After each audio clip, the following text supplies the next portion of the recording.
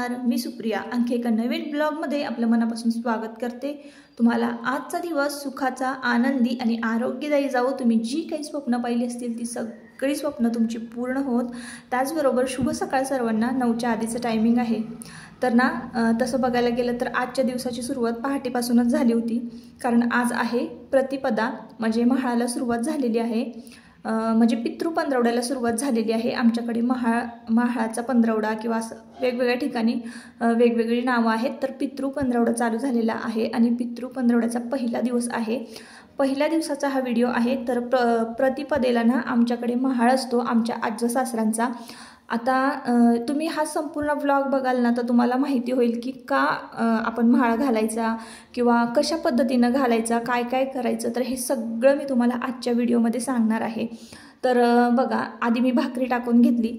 तर तुमच्या दादांची तब्येत बरी नसती तर ते काही गोड वगैरे खात नाहीत, भाकरीच खातात त्याच्यामुळं। आणि अजून एक भाकरी जी टाकलेली आहे ती आपल्या वाग्याला टाकलेली आहे।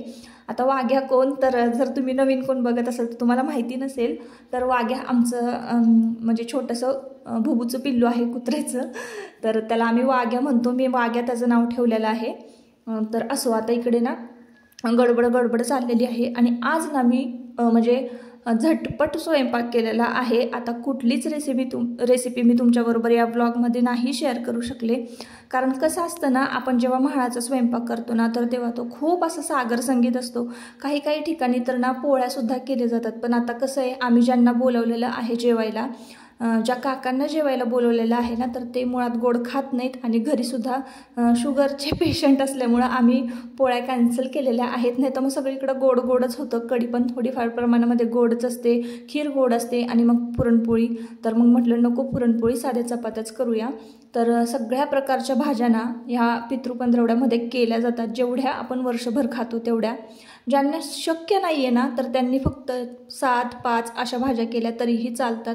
पण होईल ना, जेवढ्या लागतात तेवढ्या कराव्याच लागतात भाज्या। आणि त्यानंतर अळूवडी करावी लागते, उडीद वडे करावे लागतात, मुगाची भजी करावी लागतात, पापड असतं, खारवडी पुरवडी असते। आणि आता भाज्या कुठल्या कुठल्या केलेल्या आहेत ते सुद्धा मी तुमच्याबरोबर शेअर करते। तर त्याआधी ना मी कढीला फोडणी घालून घेते आणि सगळं ना थोड्या प्रमाणात करायचं, म्हणजे असं भरपूर केलं ना की वायाला पण जातं आणि हा स्वयंपाक आहे ना जास्त खाल्ल्यासुद्धा जात नाही। तर म्हणून ना थोड्या प्रमाणामध्ये करायचं। मग अगदी 4 माणसं असू देत, जेवायला 5 माणसं असू देत। तर आमच्याकडे आता मी टोटल ना हा 7 माणसांचा स्वयंपाक केलेला आहे।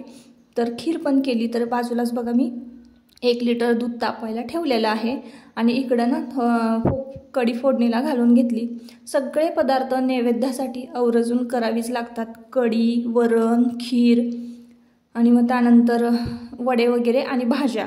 तर भाज्या मी काय केलेल्या आहे, भेंडी, गवारी, त्यानंतर बटाट्याची भाजी, ढेसे। तुम्हाला कुणाला जर माहिती असतील तर ढेसे बघा, असे गवारीच्या शेंगेसारखे काड्या असतात, ढेसे।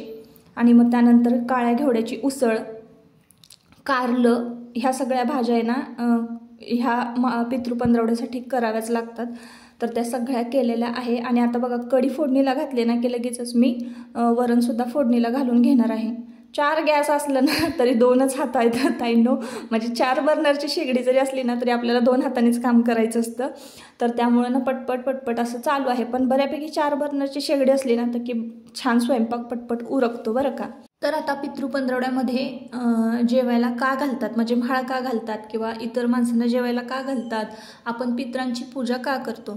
तर कसं असतं ना, आपले पूर्वज जे आहेत, तर आपण म्हणतो मातृदेव भव पितृदेव भव, देवासमानेच आपण आपल्या पितरांना दर्जा देत असतो।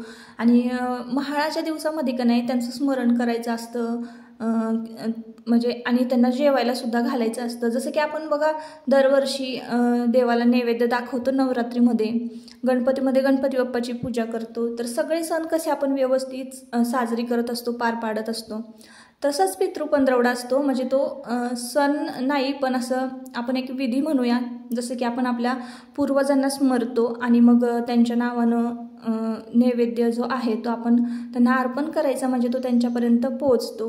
जसं की आपल्या कुलदैवतेचं आपण स्मरण करतो आणि कुलदैवतेचा आशीर्वाद आपल्या नेहमी आपल्या पाठीशी असावा, आपल्या कुळाचं रक्षण व्हावं असं आपल्याला वाटतं.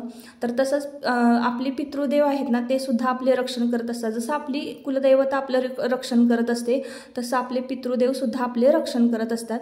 म्हणून आपण दर म्हाळाला म्हणजे पितृपंधरवड्यामध्ये तिथीप्रमाणे पूर्वजांचा म्हाळ घालणं गरजेचं असतं, जेवायला त्यांना घालणं गरजेचं असतं. मग ते अगदी कसं का असेना, अगदी साध्या पद्धतीनं का असेना. तर बघा इकडे मी भाज्या वगैरे सगळ्या करून घेतल्या आणि त्याच्यावर कोथिंबीर टाकायची राहिली होती, तर एकदम कट केली आणि कोथिंबीर मग कढीमध्ये, वरणामध्ये आणि भाज्यांमध्ये घातली. तर तुम्हाला समजलं असेल की म्हाळाचा पंधरवडा, पितृपंधरवड्यामध्ये आपल्या पितरांना का जेवायला घालतात. तर बघा कुलदैवतेचं जितकं म्हणजे आपण महत्त्व देतो कुलदैवतेला, तितकंच आपण आपल्या पितृदेवतांना सुद्धा महत्त्व दिलं पाहिजे. त्यांचा सुद्धा आशीर्वाद आपल्यासाठी खूप गरजेचा आहे. तर असं आहे ताईंनो. त्यामुळं ना आता पूर्वी काय व्हायचं, आता आमच्या आजी सासऱ्यांची ना तीथ जी आहे ना ती माहिती नव्हती. तर सर्व पितृ अमावस्येला आजपर्यंत सासूबाईंनी म्हणजे म्हाळ घालत आलो होतो आम्ही, आणि मलाही एवढं काही म्हणजे माझ्या डोक्यात आलं नव्हतं की त्यांची तीथ वगैरे बघावी आणि मग म्हाळ घालावा. मला वाटलं की त्यांचं म्हाळ जो आहे तो सर्व पितृ अमावस्येलाच असतो. आता हे असं काय, तर बघा ताईंनो, ज्यांना माहिती नाही आहे की ज्यांची म्हणजे मृत्यूची तारीखच माहिती नाही आहे आणि मग त्यानंतर त्यांना कधी जेवायला घालायचं, तर अशा व्यक्तींना किंवा काही प्रॉब्लेम आलेला आहे पितृपंधरवड्यामध्ये आणि जेवायला नाही घालू शकलो आपण तिथीला, तर अशा माणसांचा म्हाळ जो आहे तो सर्व पितृ अमावस्येला घातला जातो. आणि ज्यांची तीथ माहिती आहे, मृत्यूची तारीख माहिती आहे, वेळ माहिती आहे, तर त्यांनी ब्राह्मण काकांकडे जायचं आणि तीथ काढून आणायची आणि त्या तिथीप्रमाणे ना म्हाळ घालायचा, तर तो अधिक म्हणजे योग्य असतो असं म्हणतात. तर अशा पद्धतीनं मग आम्ही तीथ काढून आणली आणि आमचा प्रतिपदेलाच म्हाळ ठरलेला आहे. आता दरवर्षी प्रतिपदेला म्हाळ घालायचा, तर मी ह्या वर्षी ना आवर्जून म्हाळ त्यांना सांगितलं होता तीथ काढून आपण घालूया. तर आता सुरुवात केलेली आहे मी तीथ काढून म्हाळ घालायला म्हणजे आमच्या पूर्वजांना जेवायला घालायचं. तर इथं मी तुम्हाला कोपऱ्यामध्ये बघा आगारी केलेली आहे. आता आगारी काय आहे, तर शेणकुटं जी असतात ना, 4-5 शेणकुटं घ्यायची, त्यावर तूप घालायचं आणि ती छान पेटवायची, त्याचा निखारा करायचा. आणि आता हे का करायचं हे सांगते मी तुम्हाला. त्याआधी इकडं घर वगैरे छान आवरून घेतलं होतं आणि आपले जे कोणी पूर्वज असतील तर त्यांचा फोटो की नाही आजच्या दिवशी पुजायचा असतो. फोटोवर थोडंसं पाणी शिंतडायचं, पुसायचा फोटो, हार घालायचा, त्यापुढे एक फळ ठेवायचं, फुलं व्हायची, नमस्कार करायचा आणि नैवेद्य त्यांच्या पुढे ठेवायचा. असं आहे आजच्या दिवशी. तर हे ब्राह्मण काकांनी सांगितलं होतं. त्यानंतर आपण आजच्या दिवशी अर्पण करतो. आता आमचे सासरे म्हणजे पप्पा, आमचे बाबा, तर ते जाऊन आले होते ब्राह्मण काकांकडे आणि त्यांचा जो काही विधी असतो आणि आज शिदासुद्धा द्यायचा असतो. आता शिदा ब्राह्मण काकांना द्यायचा आणि त्यामध्ये काय काय असतं, डाळ, गूळ, तांदूळ असतात की नाही माहिती नाही. तुम्ही शिदा दिलाय का कधी ब्राह्मण काकांना? नक्की कमेंट करून सांगा. तर डाळ, गूळ आणि गव्हाचं पीठ असं होतं त्यामध्ये. तर शिदा देऊन आले, त्यानंतर अर्पण केलं. त्यानंतर तिथं काय जे काही विधी असतात ब्राह्मण काकांनी ते केलं.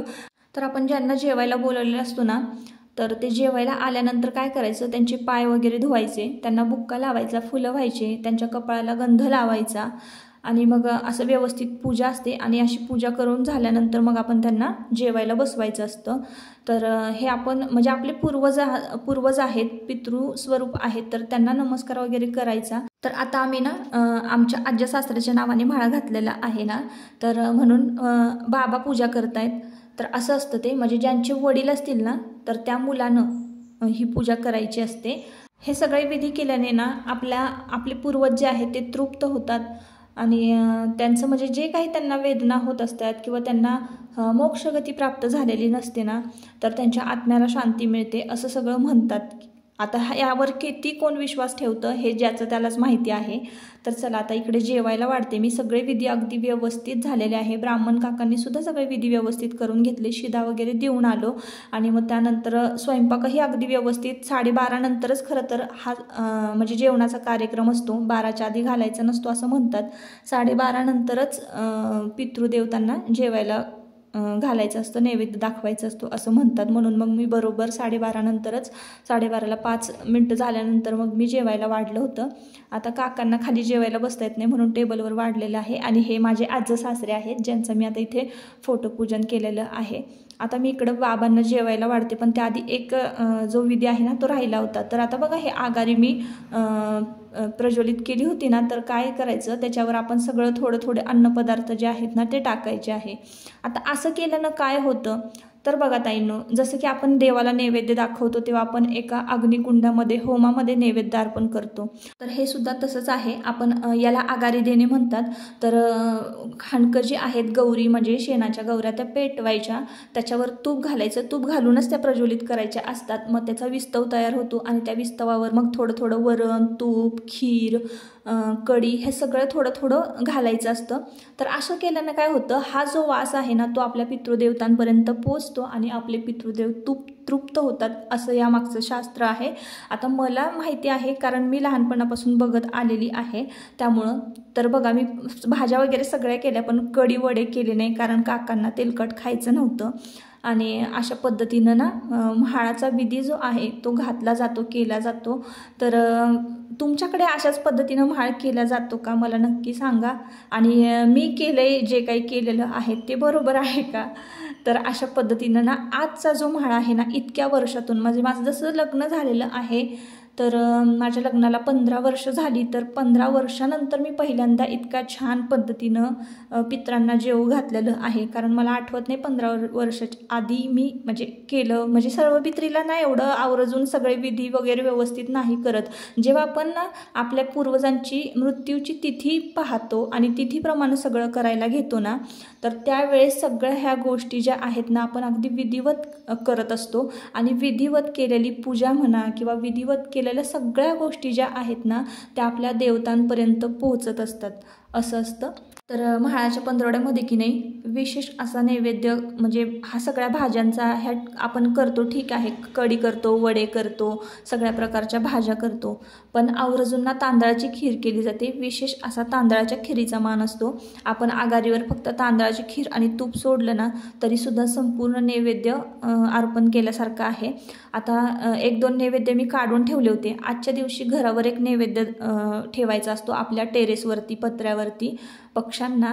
त्यानंतर म्हणजे ते आपल्या पितृरूपातच आहेत ना, तर पक्षी पण ते नैवेद्य खातात. एक नैवेद्य गाईला द्यायचा असतो आणि एक नैवेद्य नदीला सोडायचा असतो. एक नैवेद्य आपल्या देवघरामध्ये असे नैवेद्य करायचे असतात. तुमच्याकडे जर शेती असेल तर शेतात बघा शेतात देवळं असतातच, तर शेतात सुद्धा एक नैवेद्य द्यायचा असतो. ज्यांच्या शेतामध्ये देऊळ नाही आहे त्यांनी शेतामध्ये ना थोडंसं जमिनीवर उकरायचं आणि तो नैवेद्य पुरून टाकायचा, म्हणजे तो आपल्या भूमिमातेला अर्पण होतो. म्हणजे तिथले जीवजंतू जे आहेत म्हणजे मुंग्या, छोटे छोटे कीटक हे ते सुद्धा आपला नैवेद्य खाऊन तृप्त होतात, असं आहे. तर सगळीकडे नैवेद्य व्यवस्थित दाखवून आलेलो आहोत आणि मग आता मी 1 वाजता जेवायला बसलेले आहे. तर असा विशेष असा हा नैवेद्य जो आहे आजच्या दिवशी ना आवर्जून केळीच्या पानावर जेवलं जातं. केळीच्या पानावर जेवायला मिळणं पण एक वेगळंच समाधान असतं बघा. छान अशा सगळ्या भाज्या, सगळं हेच पौष्टिक असं जेवण आणि सगळं पोटभर असं व्यवस्थित जर खाल्लं ना तर सगळे जीवनसत्व आपल्या शरीराला म्हणजे पोहोचत असतात. हाच त्यामागचा उद्देश असावा कदाचित. तर असो ताईंनो, आता चला या ब्लॉगचा शेवट मी इथंच करते. तुम्हाला आजचा ब्लॉग कसा वाटला, मला जेवढी माहिती आहे तेवढी मी तुमच्याबरोबर शेअर करण्याचा प्रयत्न केला. जर तुम्हाला हा व्हिडिओ आवडला असेल तर नक्की आपल्या चॅनलला सबस्क्राईब करा आणि व्हिडिओला एक लाईक करा. परत पुन्हा भेटूया नवीन एका ब्लॉगमध्ये. तोपर्यंत स्वतःची काळजी घ्या आणि मजेत राहा. चला बाय बाय.